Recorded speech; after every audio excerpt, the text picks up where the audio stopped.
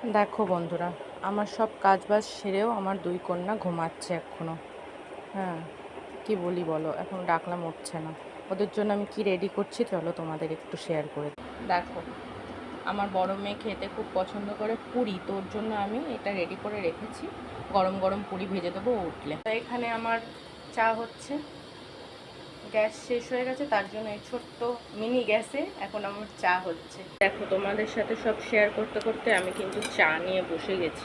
এক মগ চা কিন্তু করিনি, আমি একটু বড় জিনিসে খেতে ভালোবাসি।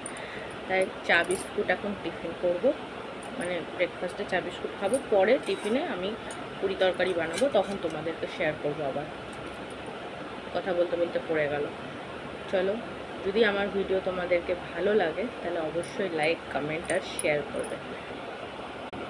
তো আমি খেয়ে নিচ্ছি, আবার পরে নেক্সট ভিডিওতে তোমাদের সাথে দেখা হবে। টাটা।